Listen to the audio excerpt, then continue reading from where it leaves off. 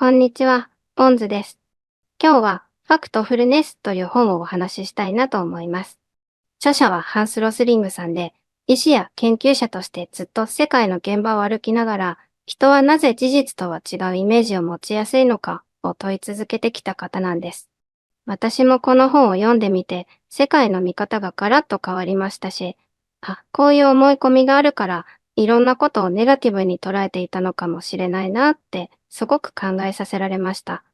読んだ後は妙に心が軽くなるというか、本当に世界はそんなに絶望だらけじゃないんだなって実感できるんです。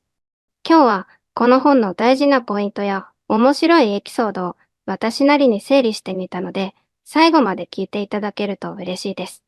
まず、この本は目指しているのは、世界を事実に基づいてみようよということですね。タイトルのファクトフルネスは、そのまま事実を重んじる姿勢みたいな意味合いです。私たちはニュースや噂、それから過去の学んだことをそのままにしがちなんですけど、実は昔学んだ知識がアップデートされないまま残っているってことが多いんですね。しかも、ニュースはネガティブな話題を取り上げるほど注目されやすいし、学校で習ったことだって今ではもう古くなっていたりするんです。例えば、世界には貧しい国と豊かな国が分かれているみたいなイメージを私自身もずっと持っていました。でも本書では、世界の多くの国はもう昔のような極度の貧困状態じゃないというデータが示されています。もちろん、まだ貧困や不平等はゼロではないですけど、ほとんどの人々は中所得のレベルに来ているらしいんですよ。これ、昔の勉強だと先進国と途上国にきっぱり分けられていましたよね。でも実際は、その間に大多数の国が収まってる。だからこそ、世界はそんなに分断されていないんだよ、というのが第一のポイントなんです。本書では、私たちの頭にある10個の思い込みとでも言うような本能がまとめられています。1、分断本能。2、ネガティブ本能。3、直線本能。4、恐怖本能。5、課題視本能。6、パターン化本能。7、宿命本能。8、単純化本能。9、犯人探し本能。10、焦り本能。この10個なんですけど、わかるわかるってうなずいちゃう部分がたくさんあるんですよ。どれも現代社会を生きていれば無自覚にはまっちゃうものばかりで、だからこそこの本は自分の考え方を客観的に見直すきっかけになるんです。まず分断本能ですが、さっきも少し触れたように、世界が豊かな国と貧しい国にくっきり二分されているという思い込みを指してます。私もアフリカは貧しい、ヨーロッパは豊か、みたいに頭の中で分けてしまっていました。だけど実際はというと、ほとんどの国が中くらいの所得レベルにあるんです。私自身、テレビやネットのニュースで見るのは、ひどく貧困な地域や戦争で荒れた土地の映像なので、つい世界の大半はまだそんな状態なのかなと思ってしまう。でもその映像は極端な一部に過ぎない。多くの人々は徐々に豊かになっているし、子供たちは学校に通っている。ところが、その事実はニュースにはなかなか出てこないわけですよね。続いて、ネガティブ本能。これは、世の中はどんどん悪くなっているという思い込みです。確かに、今も紛争はあるし、地球温暖化や環境破壊の話も日々報道されています。だからどうしても、世界って危ない方向に進んでないと感じがち。でも、データで見ると、例えば極度の貧困の割合はずっと減っていて、識字率は劇的に上がっているし、世界の子供の死亡率なんかも大きく改善しています。もちろん問題がないわけじゃないから、油断は禁物なんだけど、すべてが悪くなっていると思い込むのは間違いだよ、ということですね。私もネガティブなニュースばかり見ていると、世の中ダメだなぁと落ち込みがちだったんですが、この本を読んで、実はいいニュースはあまり報道されないだけであって、結構進歩はしているんだ、というのを知って、ちょっと安心しました。ここがすごく心を軽くしてくれるんですよ。三つ目の直線本能は、増加するグラフを見たときに、このままずっと増え続けると思い込むことを言っています。特に世界の人口問題ですね。世界の人口は爆発的に増加して、地球はパンクするのではないかという不安をよく聞きます。でも著者のハンス・ロスリングさんは、子供の数は実はもう横ばいになってる。これから増えるのは大人の数が増えるためだと言うんです。どういうことかというと、昔は子供がたくさん生まれても、その半分以上が病気や飢えで亡くなっていた。でも医療や衛生が進歩して、子供が無事に育つ可能性が格段に上がったから、たくさん産まなきゃという状況が変わっている。その結果、数十年後には人口増加は落ち着くと予測されているんです。私も学校で人口爆発を習っていた世代なので、そうなのとびっくりしました。ここも知っておくと、何かと心配が和らぐ部分だと思います。4つ目の恐怖本能は、実際よりも危険を大きく見積もってしまうということです。例えばテロや暴力など、ニュースで見ると、世界がいつも危険で満ちていると思いがちですよね。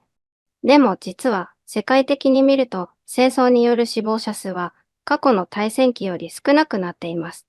もちろん局地的には深刻な紛争やテロもあるんですが、それが世界中どこでも起きているわけじゃない。ただ、私たちは、もし被害に遭ったら怖い、いつ起きてもおかしくないという感覚で、恐怖を大きく抱いてしまうんです。本当は、ニュースになる確率と、自分が遭遇する確率は、イコールじゃない。飛行機事故が起きると大騒ぎになるけれど、車に乗っている方が実際は危険だったりする、みたいな話ですね。著者のハンス・ロスリングさんは、公衆衛生学の先生でもあるので、こういうリスクの見積もり方がとても上手なんです。ドラマチックに見えているものは、本当の確率とは違うって話をいろいろなデータで示してくれます。5つ目の課題資本能は、ある数字を見たときに、それが全体のすべてだと思い込んでしまうとでも言えばいいでしょうか。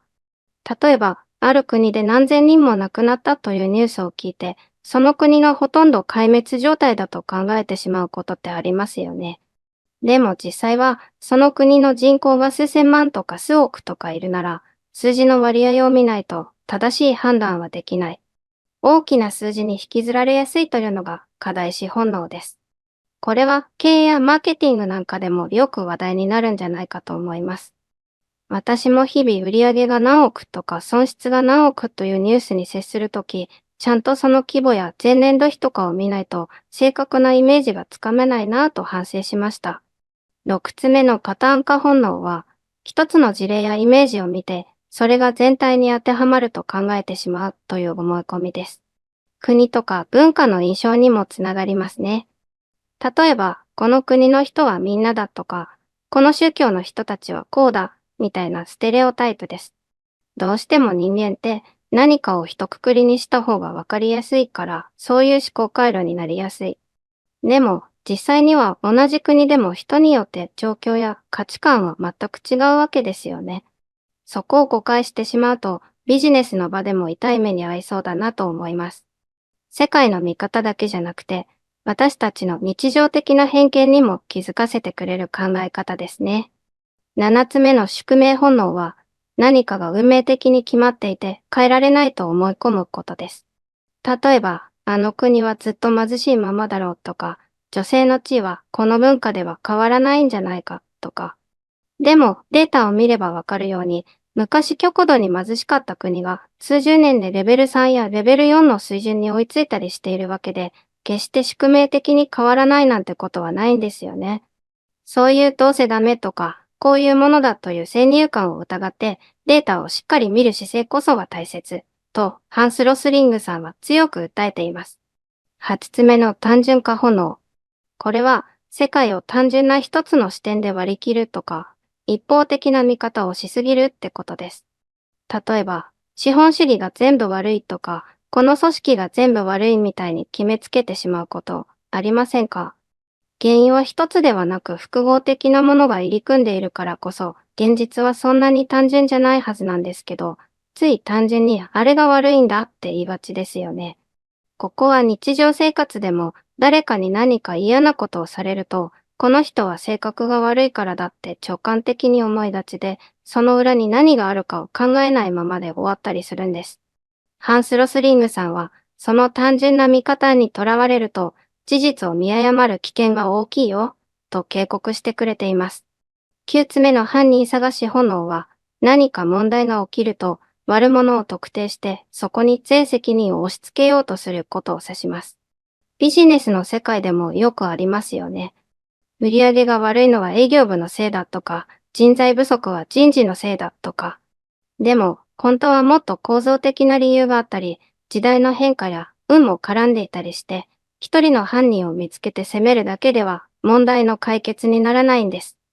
こういう誰かを責めれば解決するという考え方も私たちの脳に根強く存在していて、気づかないまま行動を歪めてしまう。これは会社内でも家族間でも起きやすいのかなと思いました。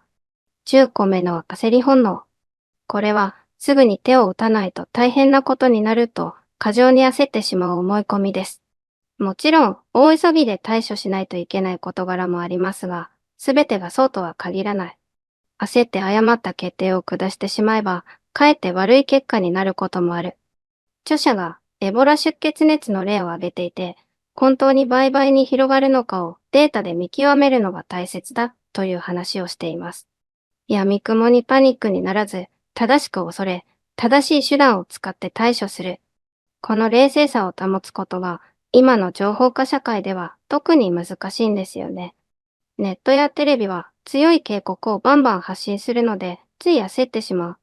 そこを一旦落ち着かせて、事実を踏まえて判断する習慣が大事なんだというわけです。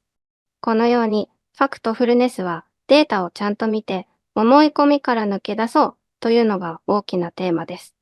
ここでとても面白いのは、著者自身が医師としてアフリカの国々で働いたり、公衆衛生の研究をしたり、世界各国に講演に行った経験を通して、人間がこんなにも勘違いをしているのか、と実感してきたという点ですね。スウェーデンもかつては非常に貧しかったらしいんです。ハンス・ロスリングさんのおばあ様の世代は、洗濯機もない時代に何人もの家族分の洗濯を手でやり、食べるのにも苦労していた。でも、その国も数十年かけて生活水準が急上昇して、今の豊かな社会がある。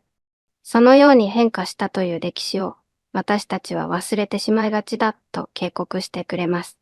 あと、この中で出てくる4つのレベルで世界を見ようという話も大事ですね。これは先進国か途上国かではなく、1日の生活費が2ドル、8ドル、32ドルなどの区切りでレベル1から4に分けて考えようという考え方です。なぜそんな見方をするかというと、1ドルの価値は極度の貧困にある人にとってはめちゃくちゃ大きいけど、レベル4の暮らしをしている人にとってはそうではない。レベル2の暮らしになるだけで、例えば靴が買える、子供が学校に通える、バイクが買えるようになる、と生活の質がぐんと上がっていきます。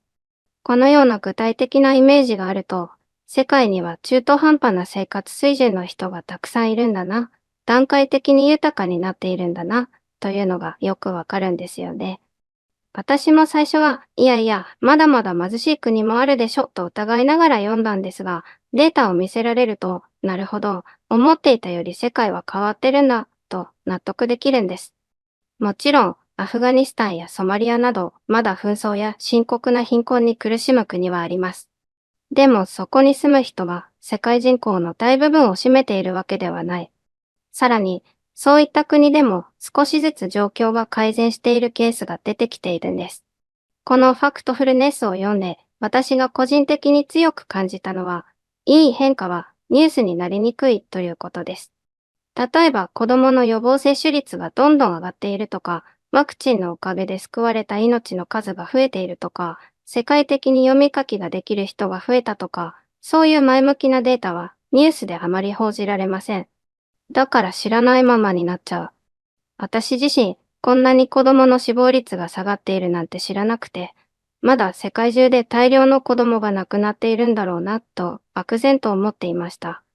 でも実際は劇的に改善されている地域が多い。それを数字できちんと知るだけで、世の中に対する絶望や焦燥感が少なくなるんです。もちろん、だからこそ油断しちゃいけない問題もたくさんあるわけです。地球温暖化なんかは対策が必要だし、政治的な対立や貧富の格差問題も深刻。しかし、もう全部ダメだから、極端な手段を使うしかないとか、恐ろしい未来が来るから、今病気の子供を助けなくていいみたいな考え方は間違いだ。というのがハンス・ロスリングさんの主張です。世界が前に進むほど、例えば子供の数は必要以上に増えなくなるので、長期的には人口増加も落ち着く。こういう事実を知らずに子供を助けたら人口は増えすぎると主張する人がいるのは残念なんですよね。あと、この本で面白かったのは、著者が講演の最後にサーカスの剣のみ芸をやるって話。子供の頃からサーカスが大好きだったらしく、医学の知識を活かして本当に剣を飲めるようになったそうです。それで、直感的には不可能だと思うことでも、正しい方法を真似れば可能になるんだというメッセージを伝えているんです。なんていうか、人は勘違いを乗り越えれば、もっとできることがあるっていう象徴的なパフォーマンスですよね。聞いただけでもちょっとびっくりしちゃいますが、このユーモアがハンス・ロスリングさんの魅力でもあるんでしょうね。ちなみに私はこの本を読んで、仕事とかプライベートにも活かせるなと思いました。つい一部の失敗例を見て全てを悪く決めつけたり、誰か一人が悪いんだと犯人を探して安心したり、焦って今すぐ動かないと大変だと慌てて誤った判断をすることって日常生活にもあると思うんです。でもそこを一歩踏みとどまって、事実はどうなんだろうと確認する癖をつけるだけで、もう少し気持ちにゆとりが生まれそうだなと感じました。ネガティブに考えすぎると疲れちゃうし、かといって全部うまくいくと楽観的になりすぎても危ない。やっぱりファクトフルネスという言葉が示している通り、冷静さとデータに基づく視点を忘れないようにしたいですね。この本を読んでみて、最初はちょっと専門的な統計がいっぱい出てくるのかなと構えていたんですが、エピソードも多くて思ったより読みやすかったです。ただ、やはり数字やグラフがたくさん登場するので、最初は戸惑うかもしれません。でも、難しい数字を丸暗記しろというわけじゃなくて、数字をどう読み解くかを説明してくれているだけなので、安心して読めるはずです。また、ハンス・ロスリングさんは息子さんやお嫁さんと一緒にデータ可視化の活動をしてきた方なので、グラフ自体がわかりやすいんですよね。ネットで動くチャートを見ると、世界はこうやって変化してきたんだと実感できるので、合わせてチェックするとよりわかりやすいと思います。さて、ここまでファクトフルネスのポイントをざっとお話ししてきましたが、正直これでもまだまだ言い足りないことが多いです。でも一番大事なのは、事実に基づく世界の見方を身につけると、意外と世界は悪くないよ。だからこそ正しいやり方で大問題に取り組もうというメッセージじゃないかなと思います。私は最初、世界の不安や問題を知るほど落ち込みがちでしたけど、この本を読んでからは、思ったよりは前向きになれるじゃんという気分になれました。これはビジネスパーソンにとってもすごく大切なマインドセットだと思いますね。ネガティブな情報ばかり仕入れていると、リスクを過大に見誤ってチャンスを逃したり、極端な対策に走ったりしがち。逆に根拠なく楽観しすぎてもダメだけど、まずは正しい事実に基づいた判断を心がけることが重要じゃないかなと思いました。というわけで、今回ご紹介したファクトフルネス、いかがでしたでしょうか？最初に名前だけ聞いたときは、なんかお堅い本なのかなと思いましたが、実際読んでみると、この誤解は自分にもあるあると笑っちゃうような話も多いですし、何より世界は今までより少しいい方向に進んできたし、これからも前向きに改善できるかもしれないって思わせてくれるのが素敵だなと思いました。もしまだ読んでいない方は、ぜひ一度手に取ってみてください。数字の扱い方やメディアとの付き合い方、自分の思い込みの外し方など、すごく学びが多いです。私も読み終わってからというもの、ニュースを見るたびに、これって極端な事例じゃないかなとか、本当はどういうデータなんだろうと気になる癖がつきました。ちょっと疑問を持つだけで、鵜呑みにしていた情報から解放される感じがして、面白いですよ。これからもこんな感じで教養になる本を紹介していきますので、よかったらチャンネル登録をお願いします。また紹介してほしい本があればコメントで教えてください。では、ポンズでした。また次回の動画でお会いしましょうね。